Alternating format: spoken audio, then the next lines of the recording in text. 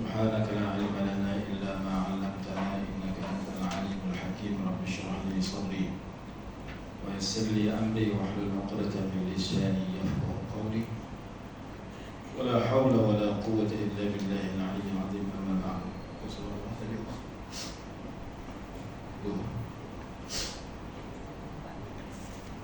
tajuk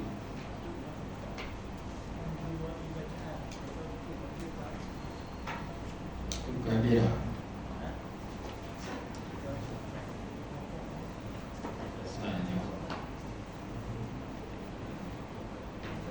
Ringan dan sempurna secara. Kosong apa ustaznya? Kosong. Satu juga.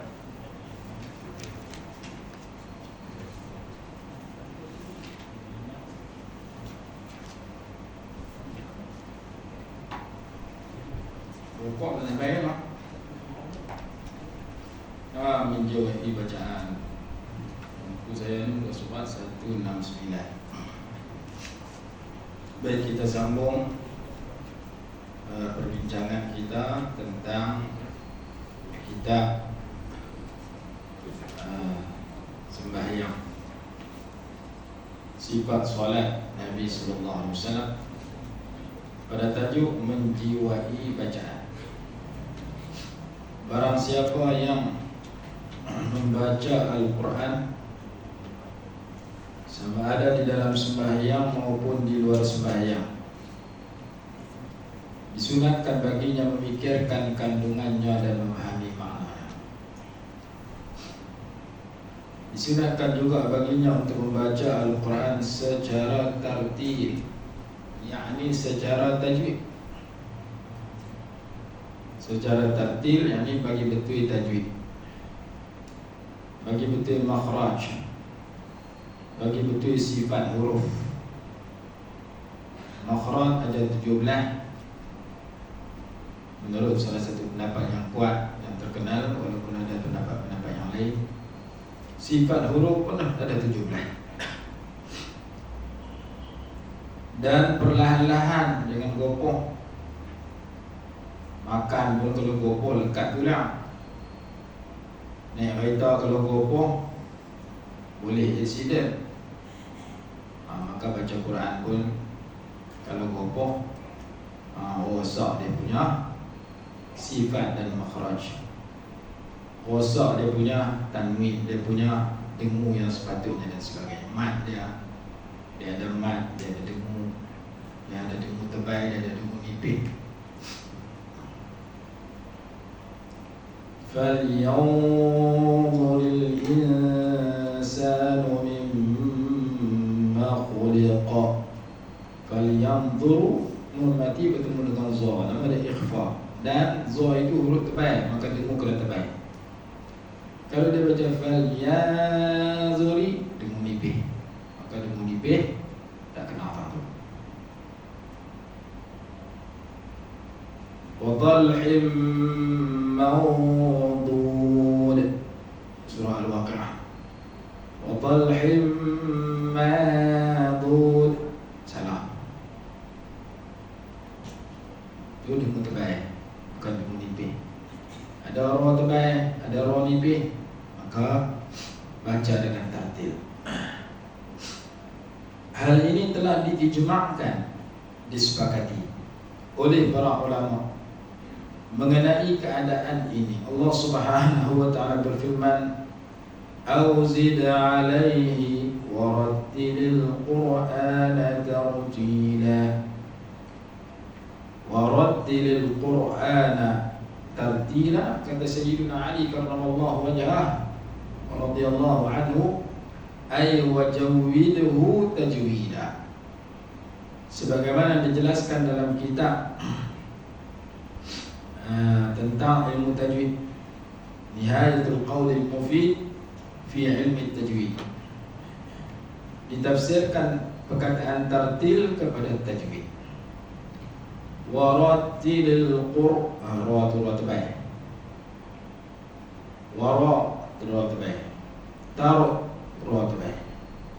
Kerana ra berbagai fathah, ra berbaris sukun sebelumnya dhammah, ra berbaris sukun sebelumnya fathah, maka ketiga-tiga ra itu perlu dibaca dengan tebal. Wa rattilil Qur'ana tartila. Apabila kita menuturkan huruf tebal, mulut kita muncul. Masa kedah mudah muncul. Macam mana? Huruf tebal ada berapa? Ada 7. Khuss, dhatin, qid, khas, dad, ghin, ta, qaf. Huruf yang kena tebal kena nipis ada 2, iaitu ra dengan lam. Ra kena tebal kena nipis, lam kena tebal kena nipis. Bila lam menjadi tebal? Apabila lam pada nama Allah yang sebelumnya fathah dan dhammah. Qala Allah, yaqulu Allah, lam tebal. Tapi kalau nama Allah sebelumnya kasrah, lam jadi nipis. Bismillahirrahmanirrahim, tak baca bismillah. Bismillah tak baca. Maka lam mudah kena. Hanya pada nama Allah, pada lafzul jalalah, iaitu Allah, yang sebelum lafaz Allah itu berbaris fathah seperti Allahu Akbar, itu fathah, ataupun berbaris dhammah seperti yaqulullah, lam tu dhammah. Yaqulullah ta'ala, Allah sebelumnya kasrah dinipihkan lam. Bismillah, bukan bismillah. Itulah ra payah sikit banyak. Dia kena tengok formula dia. Ra di sini semua terbaik. Baki lagi 7 huruf yang dikenali sebagai huruf terbaik. Bila kita menuturkan huruf terbaik, mulut kita muncul. Jamaah Fatihah lah pula. Ghairil maghdubi alaihim. Al-maghdub mim mati bertemu dengan ghain. Ghain itu huruf terbaik. Maka kita baca maghdub, bukan maghdub. Kalau mad nipih, mau terbaik. Yang betul mau. Ghairil maghdub. Itu contoh. Contoh yang lain. Kalau dhalin, lam nipih. Maka kita buka dhalin, bukan dhalin. Itu contoh. Kalau salah dia makruh. Nama dia lahnul khafi, kesalahan yang kecil yang tersembunyi. Tapi perlu dipelajari dan diperbaiki. Baik. Yang pertama, betul tajwid. Yang kedua, teliti maksud kandungan dan memahami maksud makna. Jadi yang ini kena berterusan usaha kita untuk merenung kepada tafsir. Oh, tafsir saya tak erti yang besar-besar, tiba-tiba cari yang kecil tu. Yang kecil mana mudah faham, pimpinan Ar-Rahman, Jabatan Perdana Menteri. Ada yang jenis besar, lepas tu dia ada tafsir tepi, dia ada makna di bawah. Bila kita tengok makna di bawah itu, kita boleh faham secara ringkas. Bila orang baca surah-surah yang ringkas yang biasa kita dengar seperti Qul huwallahu ahad, idza jaa nasrullahi wal fath, maka kita faham makna dia kerana kita duduk tengok dan duduk dengar. Kukul-lah kalau orang baca surah panjang-panjang, hati-tinggi kita tak erti, biasanya jangan baca, jangan dengar. Itu imam dibaca surah Ankabut tu makna apa, kita tahu. Baca surah lagi tak faham. Kita belajar tumpu yang ayat lazim. Ayat yang biasa kita baca, yang kita dengar, bermula daripada Alhaakumut Takatsur, bermula daripada Wadduha sampai surah An-Nas. Mula dengan ayat kecil-kecil itu dulu, biasa-biasa.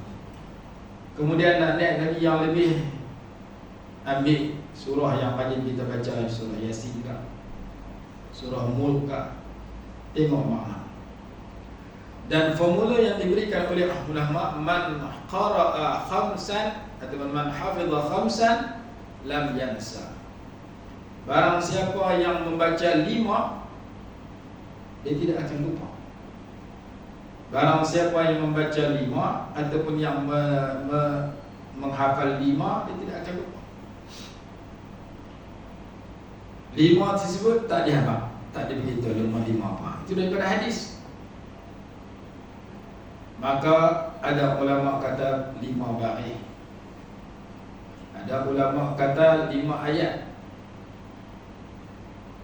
Jadi kalau kita nak mula tengok makna, belajar 5 baris. Faham dah 5 baris, pindah 5 baris pula. Faham dah 5 baris, pindah 5 baris pula. Satu muka 15 baris. Itu cara pertama. Cara kedua, 5 ayat. Baca 5 ayat, faham, pindah 5 ayat. Itu bagi orang nak ambil faham. Orang nak hafal pun begitu. 5 sebagaimana dijelaskan dalam hadis. Ingat dah 5, pindah 5 lagi. Dan ada budak-budak yang dia buat formula itu, dia boleh hafal sehari 2 muka, 3 muka, 4 muka. Kerana dia hafal sekumpulan. Kita nak hafal sekumpulan menurut makna kita tak faham lagi, tapi kita pakai formula itu.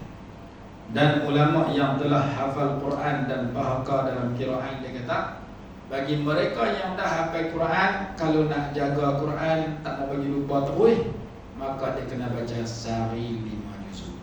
Dasarkan formula 5 tadi. Sehari 5 juzuk, 6 hari khatam. Yang ini diamalkan oleh mereka yang hafiz Quran. Kita hafiz Qul Huwallah ni, tunggu bulan puasa 2 jam. Kita hafiz 30, 40. Jadi hak dah ingat dah, sehari 5 juzuk baca. Hak nak mula, sehari 5 ayat atau 5 baris. Untuk kita faham ayat-ayat lazim yang dibaca, yang kita dengar, walaupun secara ringkas. Maka tajuk kita pada malam ini tajuknya menjiwai Al-Quran bacaan, iaitu kita meneliti maksud bacaan. Bahkan meneliti maksud bacaan itu akan menyebabkan kita dapat keistimewaan yang banyak. Antara lain Allah berfirman, kitabun anzalnahu ilaika mubarakun liyadabbaru ayati. Al-Quran ini merupakan kitab yang Allah turunkan kepada engkau yang diberkati untuk mereka mentadabbur akan ayat-ayatnya.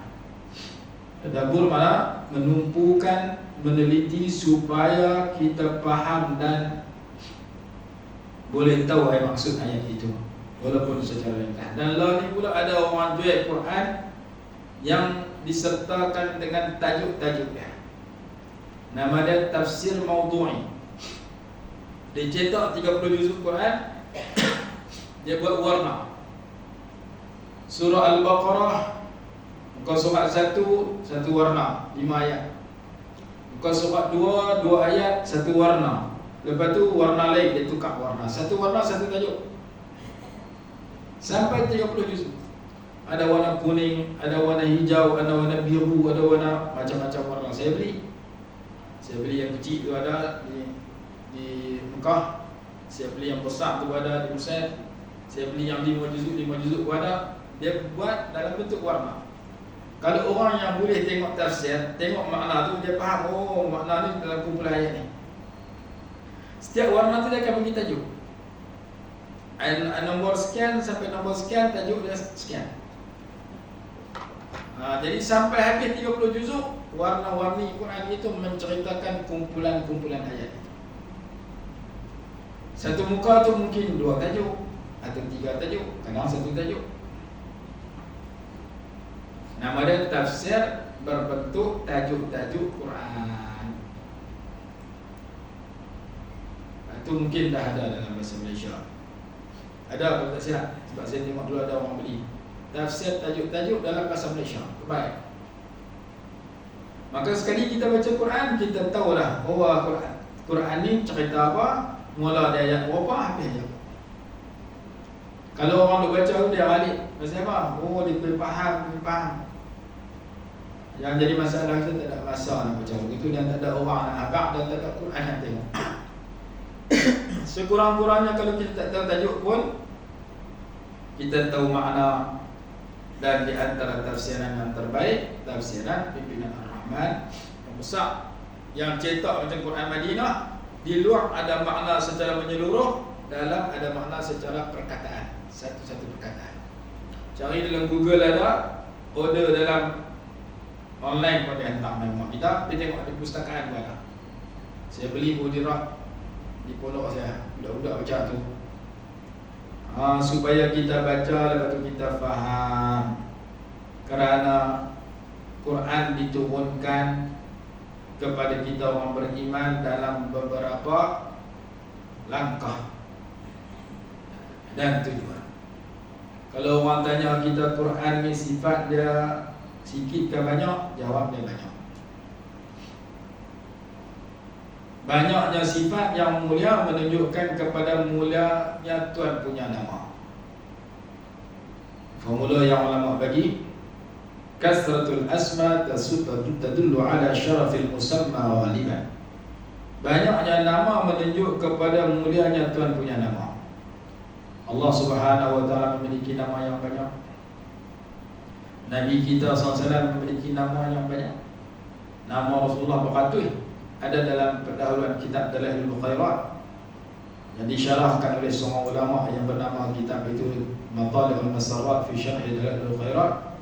Dan satu kitab lagi saya beli setebal 400 muka surat cerita tentang nama Rasulullah sahaja. Yang terkenal Muhammad dengan Ahmad, tapi ada dari Taha, Yasin, Al-Mustafa, Al-Murtada, macam-macam. Sebagaimana Allah Subhanahu wa taala memiliki nama yang banyak, Nabi kita SAW memiliki nama yang banyak, Al-Quran juga memiliki nama yang banyak. Al-Quranul Karim, Al-Quranul Azim, Al-Furqan, macam-macam nama Quran dan sifat Quran. Al-Quranul Karim, Quran yang mulia. Al-Quranul Azim, Quran yang mulia ataupun yang agung. Al-Furqan, kitab yang membezakan antara kebenaran dan kesalahan. Al-Fariq bainal haqqi wal batil, sehingga dinamakan surah Al-Furqan. Dan Sayyidina Umar digelar sebagai radhiyallahu anhu sebagai Al-Faruq, pembeza antara benar dengan salah. Sayyidina Umar Al-Faruq. Quran Al-Furqan. Ada surah nama surah Al-Furqan. Walaupun nama dan sifat Quran ini banyak, namun ada yang paling utama. Sebagaimana nama Allah itu banyak, Ar-Rahman Ar-Rahim, Al-Malikul Quddus, Salamul Mu'min sampai habis Asmaul Husna 99. Ada lagi yang luar daripada 99 itu. Nama Nabi SAW banyak, tapi yang lebih ditonjolkan adalah Muhammad dengan Ahmad. Sifat Allah itu banyak, tidak terhitung. Sifat kesempurnaan milik Allah terlalu banyak, tidak terhitung. Tapi selalu yang ditonjolkan adalah Ar-Rahman Ar-Rahim. Maka demikian juga Quran. Sifat dia banyak, tapi yang paling utama daripada sifat yang banyak itu dua, iaitu hidayah wa i'jaz. Kitab hidayatin wa i'jaz. Kitab membawa petunjuk dan kitab mukjizat. Ini sifat utama Quran, membawa hidayah petunjuk. Nak faham petunjuk itu kena tahu makna. Dan Al-Imam Ibn Katsir rahimahullah ketika mentafsirkan ayat dalam surah Al-Furqan ayat 30 yang berbunyi, wa qala ar-rasul ya rabbi inna qaumi ittakhadhu hadzal qur'ana mahjura. Dan telah berkata oleh Rasulullah SAW, wahai Tuhanku, sesungguhnya kaum aku menjadikan Quran ini sebuah kitab yang ditinggalkan. Dalam pimpinan Ar-Rahman dikatakan satu perlembagaan yang ditinggalkan. Kaum aku tak mau jadikan Quran sebagai perlembagaan. Al-Imam Ibn Katsir rahimahullah menyebut dan diringkaskan oleh almarhum Syekh Muhammad Ali As-Sabuni rahimahullah dalam kitabnya Mukhtasar Tafsir Ibn Katsir. Dia menyatakan bahawa maksud meninggalkan Quran itu adalah tidak beriman. Yang ini tak kenal kat kita. Alhamdulillah, kenal kat orang lain. Tafsiran pertama, tidak beriman dengan Quran, maka dia meninggalkan Quran. Tafsiran yang kedua, dia beriman tapi tak baca, dia termasuk orang meninggalkan Quran. Ini kenalkan kita bulan puasa baca. Tafsiran ketiga, beriman dan baca tapi tak betul tajwid dan tak faham. Lagi kenalkan kita, belambak kita tak faham. Tafsiran keempat, dia beriman, dia baca, dia faham, dia tak beramal, dia meninggalkan Quran. Tafsiran kelima, dia duduk dengar lagu banyak, Quran tak dengar, Quran tak baca, dia baca hadis banyak, dia tu orang meninggalkan Quran. Mai 4-5 tafsiran tu kena kita semua. Kita baca handphone sehari 12 jam, baca Quran bulan puasa semua. Kita baca WhatsApp, kita baca Facebook sehari puluh-puluh jam, tapi Quran tak baca, tak dengar. Kalau kita tak mampu baca dengan sebab kita sibuk, paling kurang dengar pun tak ada ustaz, paling kurang tengok. Dalam sebuah hadis dikatakan 5 jenis tengok yang dapat pahala, 5 jenis memandang yang dapat pahala. 1, pandang Quran. Yang kedua, pandang Kaabah. Ini kena pergi Mekah, tengok gambar tadi. Yang kedua, pandang Kaabah. Yang ketiga, pandang ayat Zam-Zam. Yang keempat, pandang wajah ibu dan bapa. Lah, pak saya mati lah, mak saya pun duduk kurung, nak tengok tak dia. Yang kelima, memandang wajah alim ulama. Ada hadis dhaif dalam bab kelebihan ayat Zam-Zam menyatakan ada 5 jenis pandangan yang dapat pahala jadi ibadat. Memandang Al-Quran, melihat ayat Quran walaupun tak baca, memandang ayat Zam-Zam, memandang alim ulama, memandang ibu bapa, memandang Kaabah. Walaupun hadis ini hadis lemah, tapi dalam bab fadailul amal boleh diamalkan, supaya kita ambil peluang melihat ayat Quran, sama ada sebelum sembahyang ke lepas sembahyang ke, tengok dalam Quran ke, tengok dalam kitab ke, tengok dalam handphone ke. Nak tengok Quran kok berat, tengok dalam handphone kita 1-2 ayat Quran. Yang harus tengok ayat Quran. Dah tengok dah, paling bagus baca ataupun dengar. Orang yang mendengar Quran, Allah bagi 2, Allah bagi rahmat dengan 2 syarat. Syarat pertama, mendengar dengan tumpuan. Syarat kedua, diam masa mendengar. Berdasarkan firman Allah Subhanahu wa taala, "Wa idza quri'al Qur'anu fastami'u lahu wa ansitu la'allakum turhamun." Apabila Quran itu dibaca, hendaklah kamu dengar dengan teliti. Tumpukan pendengaran kepada Quran itu dan diamlah kamu pasti akan dapat rahmat. Mudah-mudahan kamu dirahmati. Jadi Quran kita dengar saja, sambil bawa kereta dengar 2-3 ayat, sambil nak tidur dengar 2-3 ayat, tekan mula surah 3-4 ayat, lena terus jaga-jaga habis terus. Kurang-kurang dengar juga kalau tak dengar langsung. Saya nak tidur dengar, hari dengar. Kemarin surah Ankabut, hari ini surah Ar-Rum. Sehari 1 surah saya dengar. Dengar atas kereta ke, dengar dalam rumah ke, dengar masa nak tidur ke. Dan 2 qari saya dengar. Qari ni baca 1 surah yang habis, tukar qari yang kedua pula baca sampai habis, esok surah 5. Sehari 1 surah saya dengar dan melihat kepada makna yang ada. Walaupun tak boleh terang, tak faham terang, tapi biasakan telinga kita dengar ayat Quran. Kerana Allah kata, siapa dengar Quran dengan 2 sifat, dengan menumpukan pendengaran dan diam masa dengar, aku bagi rahmat aku berikan. Aku berikan kasih sayang dan curahan rahmat dia. Apalagi kalau boleh baca, boleh betul tajwid, boleh tengok makna, boleh baca tafsir, lagilah banyak pahala. Cuma memerlukan kepada masa.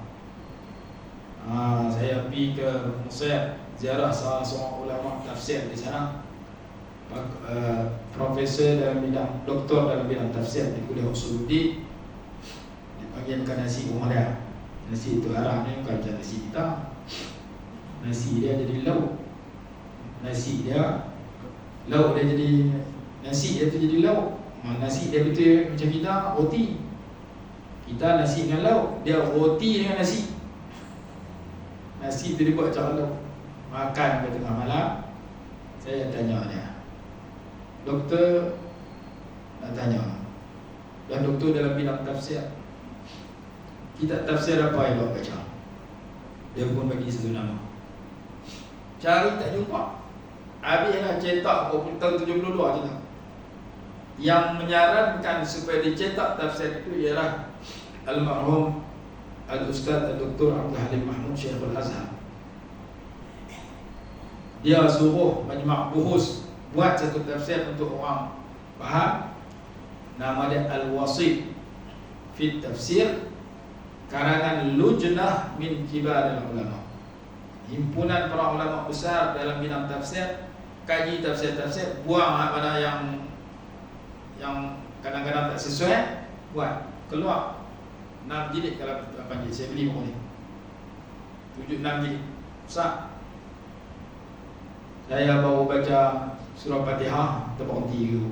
Banyak lah tafsir Al-Wasit karangan sekumpulan ulama yang dicetak di zaman tahun 70-an. Lah tak ada jual lah, buah jari buat jumpa. Jadi kalau kita ada masa lapang, kita nak hati yang tenang, baca Quran, tengok Quran. Dan Nabi SAW sendiri, Sayyidah Aisyah radhiyallahu anha menyatakan, kana khuluqul Quran, akhlak baginda adalah Quran. Dan Quran Nabi SAW adalah Quran yang bergerak. Quran yang kita baca, Quran yang tak gerak. Dan ada ulama kata ada satu lagi Quran tak kena ayat, iaitu orang yang hafal Quran. Quran 30 juzuk duduk dalam dada dia. Kalau kita kejam dalam ayat, dia yang kena ayat, Quran tak kena. Dan hafal Quran ini terbagi dua. Satu, hafal lafaz Al-Quran, ini dimiliki oleh golongan hafiz. Satu lagi hafal makna Quran. Quran dia tak ingat tapi makna dia faham. Yang ini dimiliki oleh orang yang mengaji bahasa Arab. Dia mengaji formula Arab, grammar Arab, nahu, sarah, mufradat, perkataan. Quran dia tak apa, tak ingat, tapi bila orang baca dia tahu mana. Ini kita boleh buat kalau kita rajin tengok Quran, kalau kita rajin teliti. Kita tak boleh bagi alasan saya tak mengaji bahasa Arab, tu yang saya tak erti Quran. Tak. Kerana kita dah tengok gambar Cina, gambar Kungfu, kita tak boleh cakap Cina tapi kita faham. Kita tengok gambar Hindustan, hero yang kejauh kita kejauh sama, siang tak ada. Padahal kita tak erti betul Hindustan. Tapi kita tengok makna yang ditulis di dalam filem tersebut. Tengok gambar orang putih, faham pasal orang putih aduna sementara. Tengok gambar Cina, faham, cakap Cina tak erti, boleh tahu. Tengok gambar Hindu pada pun faham. Apabila kita tak mengaji bahasa lain, tapi kita boleh faham kerana gambar yang kita lihat ada makna di bawah. Kita faham melalui terjemahan itu. Kenapa bahasa Quran kita tak buat dulu? Nabi SAW bersabda, ahibbul araba li salasin, cintai olehmu akan bahasa Arab kerana 3 perkara. Li'anni arabiyyun wal Qur'an arabiyyun wa lisana ahli jannati fil jannati arabiyyun. Yang pertama kerana aku berbangsa Arab. Yang kedua kerana Al-Quran itu berbahasa Arab. Dan yang ketiga kerana bahasa ahli syurga di dalam syurga adalah bahasa Arab. Maka Quran ini bahasa Arab. Kalau kita suka dengar, kita suka sebut, kita suka tengok, mudah-mudahan kita dapat manfaat yang besar. Kalau Quran ini memberi pencerahan dalam pelbagai isu dalam kehidupan. Sehingga kan ada ulama ada kata wa minal ajaibi wal ajaibu jammatun qurbus shifai wa ma ilaihi wusulu kal'isi fil bayda'i yaqtuluha adh-dhama wal ma'u fawqa dhuhuriha mahmul. Di antara perkara yang menghairankan itu Dan sesungguhnya perkara yang mengherankan itu banyak. Wa minal ajaibi wal ajaibu jam'atun. Antara perkara yang mengherankan ada satu, tetapi perkara yang mengherankan di dunia ni banyak. Apa perkara yang mengherankan tu? Qurbus syifai wa ma ilaihi wusulu. Orang yang sakit hampir sembuh tapi tak sembuh-sembuh. Demam, makan ubat demam, gaya nak dengar demam lagi. Gatal, ambil ubat kering gatal, gaya nak dengar demam balik, gatal balik. Baru dia buat umai seorang budak, hamba Allah, umur dalam 7 tahun 8 tahun. Dia kena penyakit gatal. Tanya ayah dia dengan mak dia, semenjak bila kena? Dia semenjak umur 2-3 bulan, bila umur 7 tahun. Habis krim di farmasi, di hospital, di klinik, semua nama tu hafal. Semua pakai, lega tak? Main balik, lega, main balik. Kena penyakit, lega, sanggup, lega, sanggup. Akhirnya saya kata ke dia, macam ni lah, abang dengan kau bawa balik anak ni. Bila hujan turun, tolak dia bagi dia minyak yang hujan. Ubat penyakit ni salah satunya ialah mandi yang hujan. Mandi 3 kali hujan ataupun 7 kali. Pak dia kata ambil syok mandi yang hujan, pak pun syok. Dia boleh buat, tak tahu apa perkembangannya. Dalam Al-Quran ayat 11 surah Al-Anfal, suruh mandi yang hujan. Jadi ada orang demam, lega, sakit lagi. Demam, lega, sakit lagi. Maka ulama buat syair. Ulama kata qurbus syifai wa ma ilaihi wusul. Ada orang sakit, tiba-tiba nak lega, gaya nak lega, sakit balik. Makan ubat, pantang nak lega, sakit balik. Tapi tak lega seperti patut. Kenapa itu berlaku? Kal'isi fil baida'i yaqtuluha adh-dhama. Seperti sekumpulan unta yang membawa air di tengah padang pasir. 40 ekor unta bawa tepayan air kiri kanan. Seekor unta 2 tepayan. 40 ekor unta 80 tepayan. Dalam tepayan tu ada air sejuk. Bawalah 40 ekor unta ni 80 tepayan air. Bawa tak mana tengah padang pasir. Sampai tengah jalan dahaga. Cari kolam. Cari kolam tengah padang pasir tak jumpa. Kau ada tasik ke? Akhirnya unta semak sama mereka. Aku dapat air, hang dapat air. Apa? Jom kita pakai cari tasik ataupun kolam. Jumpa air, kolam ni kita pakai minum. Berjalanlah unta itu pada pasir 10 km, 100 km, 500 km cari air, cari kolam. Tak jumpa apa kesut. Akhirnya semua unta 40 ekor itu mati kehausan. Sedangkan penyelamatnya supaya dia tidak haus dan tidak mati kehausan itu berkembang dengan belakang masing-masing. Tapi mereka tak tahu kata mereka bawa ubat air yang boleh selamat daripada haus. Mereka duk cari ke depan. Tengok kanan, tengok kiri, tengok depan, jalan, 40 ekor mampu semua. Mati kehausan, sedangkan penghilang kehausan itu berkembang dengan belakang masing-masing. Kalau unta A kata kat unta B, mai aku tengok tengah belakang ada apa? Ada apa bawah? Mai aku tokak tudung, angkat. Nak tengok ada apa? Dia kata tengok, aku tengoklah tepian hang. Maka si unta A angkat tudung tengok ayam. Oh, ni yang kita cari. Kita haus sepanjang jalan berapa puluh kilometer ni dia kita nak. Aku minum air dalam tepian hang minum air dalam tepian aku. 40 ekor tak mampu. Tapi kalau kena bawa saya tak tahu apa yang dia bawa. Dia pergi cari tang lain, tak jumpa, mati ke semua terguli dengan tepian-tepian tu. Ulama buat perumpamaan sedemikian nak abang pada kita bahawa masalah yang kita hadapi, kita duk cari rata, sedangkan semua jawapan dan ubat untuk menyelamatkan kita duduk di atas rak dalam rumah kita dalam Al-Quran. Masalah suami, masalah isteri, masalah keluarga, masalah jiran, masalah jiwa, masalah penyakit. penyelesaian dia, bantuan dia duk atas rak dalam rumah kita dalam Quran. Kita pergi cari hal lain, Quran tak cari. Menyebabkan mati kadang-kadang tak jumpa ubat untuk menghilangkan penyakit. Kita tak jumpa makanan untuk menghilangkan kelaparan. Kita tak jumpa air yang menghilangkan haus kita. Nah, abang kata, apa juga masalah di samping kita cari ubat berbentuk keduniaan, kita kena cari ubat berbentuk dunia dan akhirat yang bernama Quran. Quran itu syifa, salah satu sifatnya. Wa nunazzilu minal Qur'ani ma huwa syifaa'un wa rahmatun lil mu'minin. Quran itu sakinah, ketenangan jiwa, salah satu sifatnya. Bila kita baca Quran, kita tenang jiwa. Quran itu panduan apabila kita rujuk ke dia. Maka Quran itu perlu dibaca dengan dijiwai, dengan kita berusaha memahami kandungan dia dan makna dia, serta memahami dengan baca bagi betul tajwid. Dan orang yang masuk dalam majlis Quran dengan niat yang jujur dan ikhlas, dia akan keluar dalam keadaan hatinya tenang.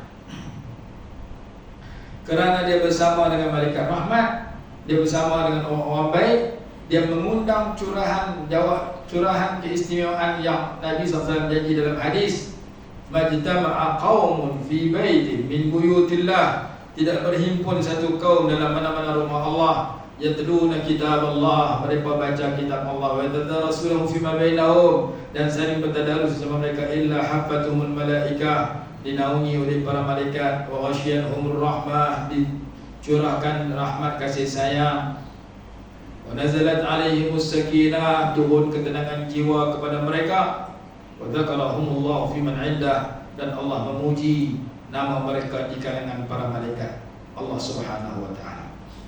Maka dikatakan di sini, auzid alaihi warattilil Qur'ana tartila, dan bacalah Quran secara tertil, baik dan sempurna, yakni secara betul tajwid.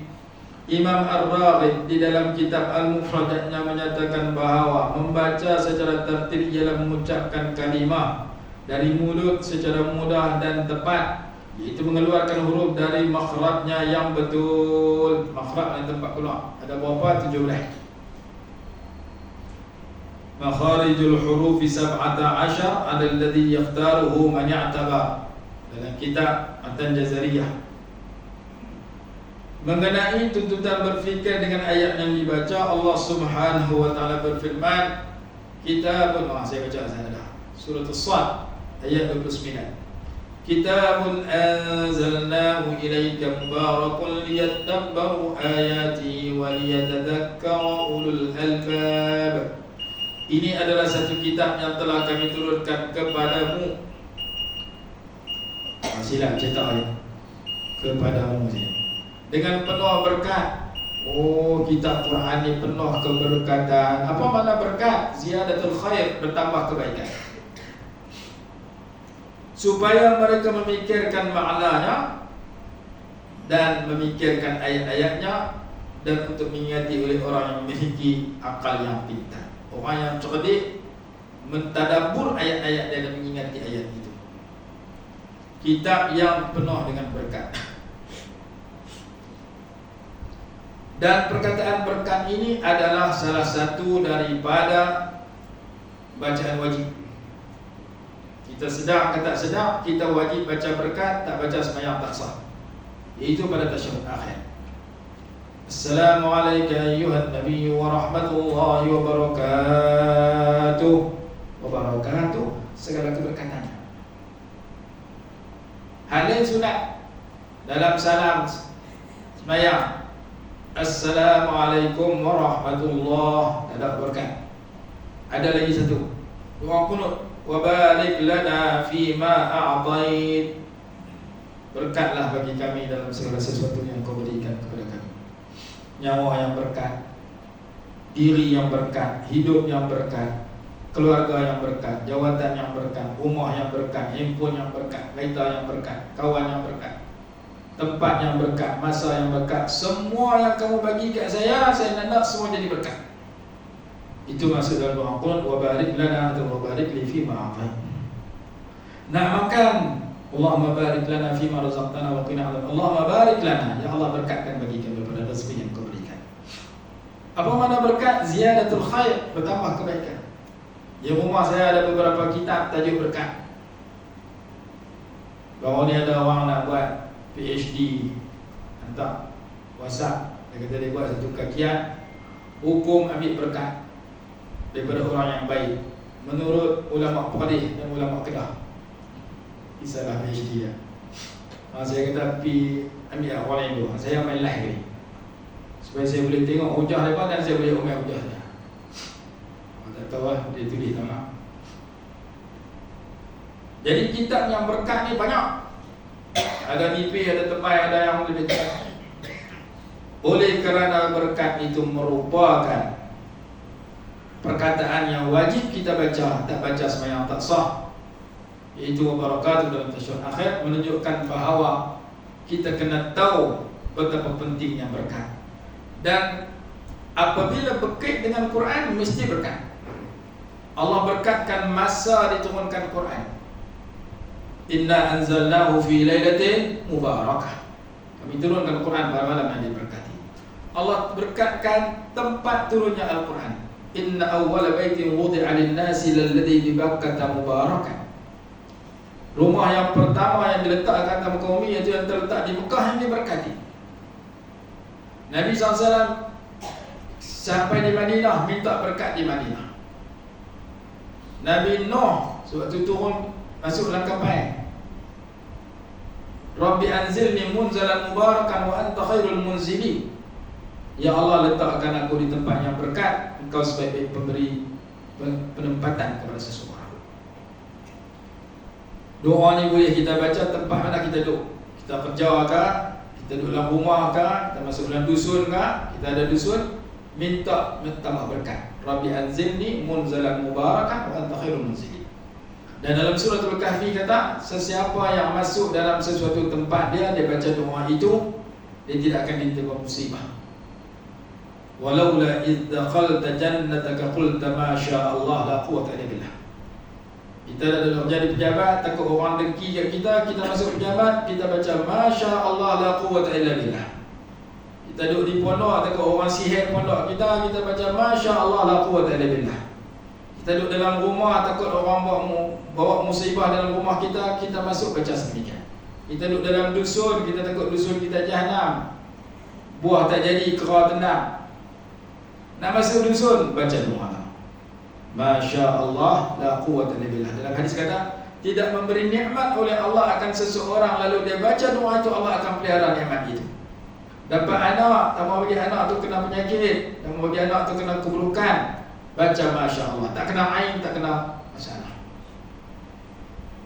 Di samping doa yang dibaca oleh Nabi Nuh tadi alaihi salatu wassalam, Rabbi anzilni munzalan mubarakan wa anta khairul munzilin. Ya Allah, ya Tuhanku, tempatilah aku di tempat yang diberkati. Engkau sebaik-baik pemberi penempatan. Maka di samping tempat Quran itu berkat, di samping masa Quran itu berkat, kitab Quran itu sendiri diberkati. Ayat dia depan mata kita, ayat 29 surah Shad.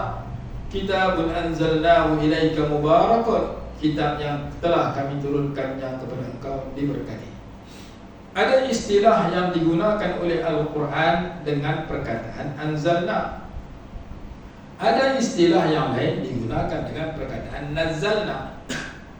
Apa beza anzalna dengan nazzalna? Ulama kata kalau anzalna ni turun sekaligus 30 juzuk, sementara nazzalna turun berperingkat-peringkat selama 23 tahun. Jadi Quran yang turun ke langit dunia itu digunakan perkataan anzalna. Inna anzalnahu fi lailatul qadri. Kami turunkan Quran pada malam Qadar, itu turun ke langit dunia. Inna anzalnahu fi lailatin mubarakah, turun ke langit dunia. Turun ke dunia, wa nazzalnahu tanzila. Kami turunkannya secara banyak kali turun, iaitu 23 tahun.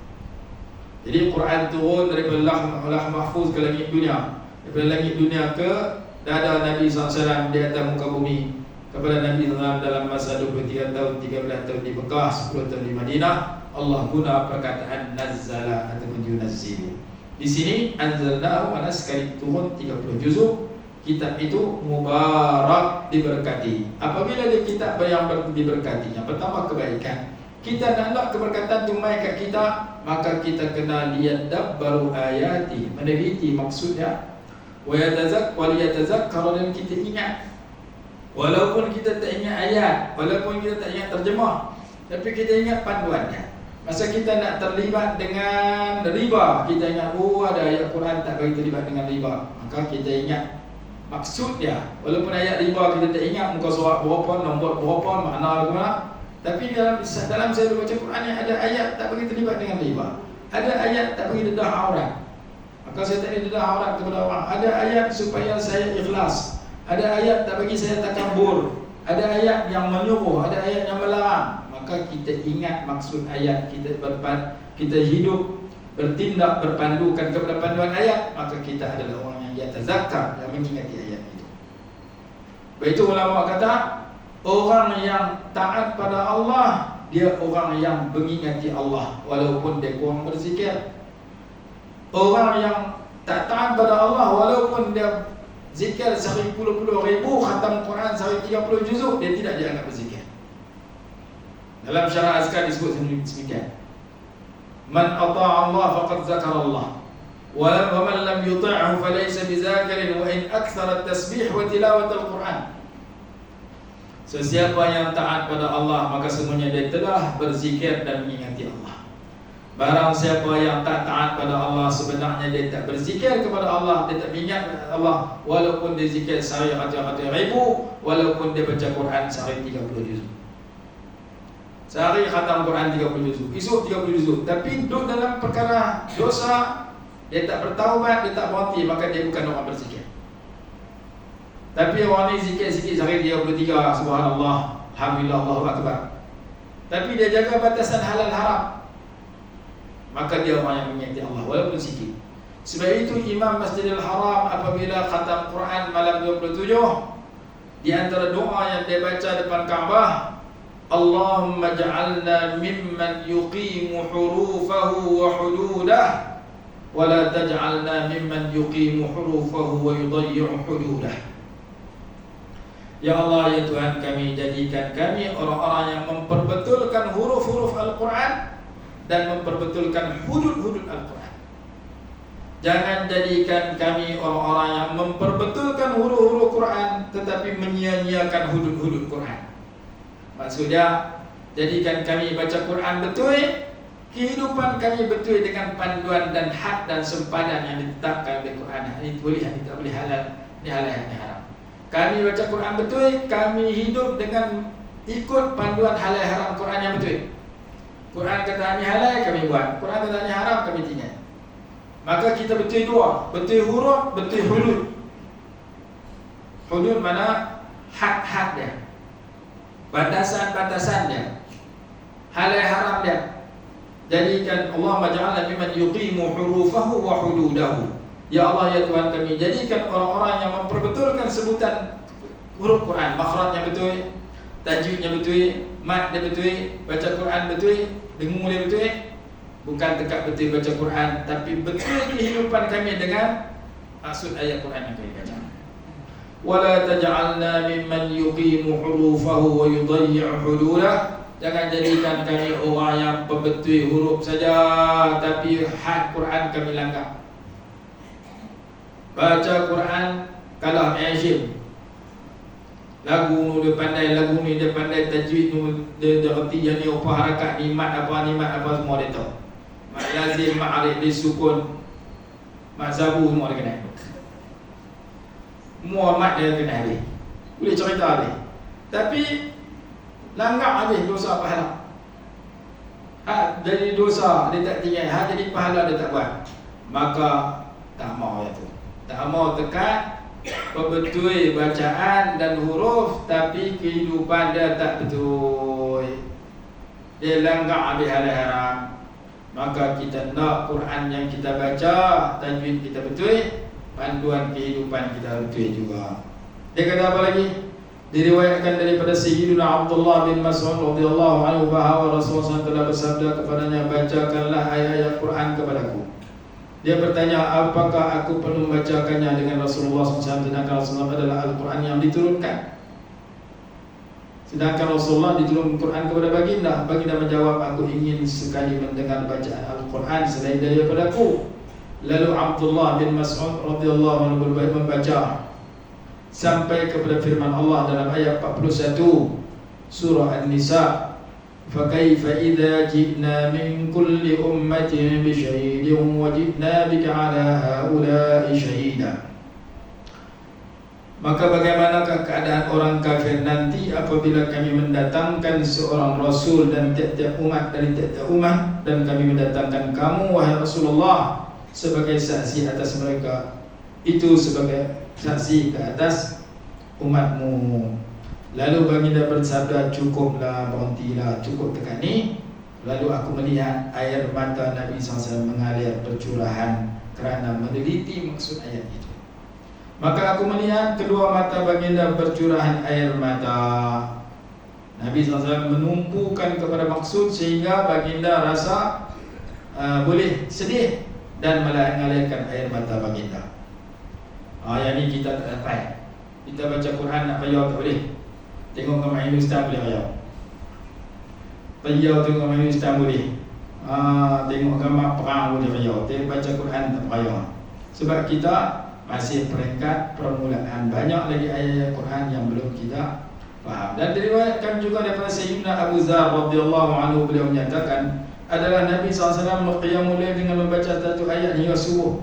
Ada ketika Rasulullah baca banyak, ada ketika Rasulullah ulang satu malam satu ayat. Kerana baginda begitu suka dengan maksud ayat itu. Contoh disebut sini ayat surah Al-Maidah 118. In tu'adzibhum fa innahum ibaduk wa in taghfir lahum fa innaka antal azizul hakim. Jika engkau menyiksa akan mereka itu, maka sesungguhnya mereka itu adalah hamba-hambamu. Dan jika engkau ampun akan mereka itu, sesungguhnya engkau Tuhan yang maha perkasa lagi maha bijaksana. Rasulullah suka ayat ni, kerana ayat ni menawarkan kalau engkau seksa-seksa apa boleh potong hamba engkau, minta kalau boleh ampun mereka, kerana engkau maha perkasa lagi maha bijaksana. Macam kita baca doa ke orang mati, Allahumma in kana muhsinan fazid fi ihsani. Ya Allah, jika si mati ni orang baik, maka tambahkanlah kebaikan kepadanya. Wa in kana musian fatajawaz an sayyiatihi. Jika si mati ni orang jahat, kami mohon agar engkau ampunkan dia. Anta ghaniyun an adabihi wa huwa faqirun ila rahmati. Engkau tidak berhajat untuk menyiksa dia, sedangkan dia amat berhajat kepada belas kasihanmu. Anta ghaniyun an adabihi wa huwa faqirun ila rahmati. Kalau perempuan, anta ghaniyun an adabiha wa hiya faqiratun ila rahmati. Syekh Abdul Halim Mahmud rahimahullah sebut dalam kitab dia bahawa ada satu ayat yang Nabi SAW bila terima saja ayat ini diturunkan, baginda suka dengan maksud ayat itu, tawaran ayat itu, sehingga baginda baca dalam qiyamul lail sepanjang malam, ulang satu ayat itu saja sampai subuh.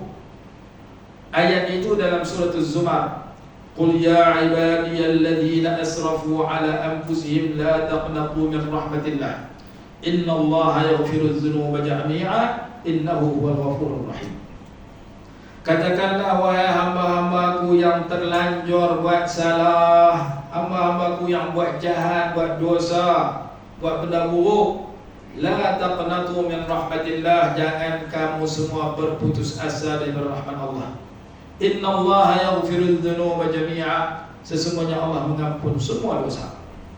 Innahu huwal ghafurur rahim, sesungguhnya Allah Maha Pengampun lagi Maha Penyayang. Bila Allah tawar lagu tu, maka Nabi SAW suka dengan tawaran itu. Nah, abang kata, mana-mana orang sedang dia hamba Allah, dia terlanjur buat dosa, buat salah, jangan putus asa untuk minta ampun dan bertaubat selagi tak berjumpa dua perkara. Yang pertama, roh sampai ke halqum, masa tu taubat tidak diterima. Yang kedua, matahari terbit sebelah barat, yang tu tidak diterima. Lagi tak jumpa dua benda ni, terlanjur buat salah, cepat-cepat bertaubat dan beristighfar supaya Allah cuci bersih dosa kita dan angkat darjat kita. Cara bacaan pada solat yang tertinggal, sembahyang seqadha, nak baca doa ke pelan, kita berhenti tadi dulu. tanda. Tadi bulan depan tuang pula. Mai sekali cari tak jumpa. Mai sekali tuang 3 bulan jadi dulu. Dan bulan depan kita sambung tajuk khutbah. InsyaAllah dah sampai. Kita ni kita mula gitu. Ni. Mula dah. Kita baca sikit ni. Kosong apa? Baca sikit kan? Alhamdulillah. Dah tak?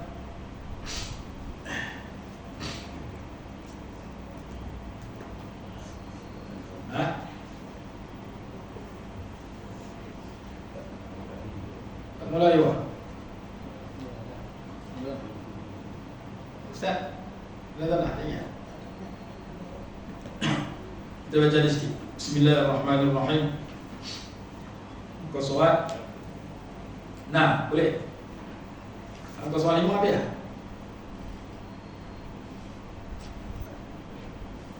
Kita baca 5 minit atau 10 minit. Dah tak? Tak. Ada kita mulai. Muka surat 6. Bismillahirrahmanirrahim. Sampai muka surat 7 kita baca.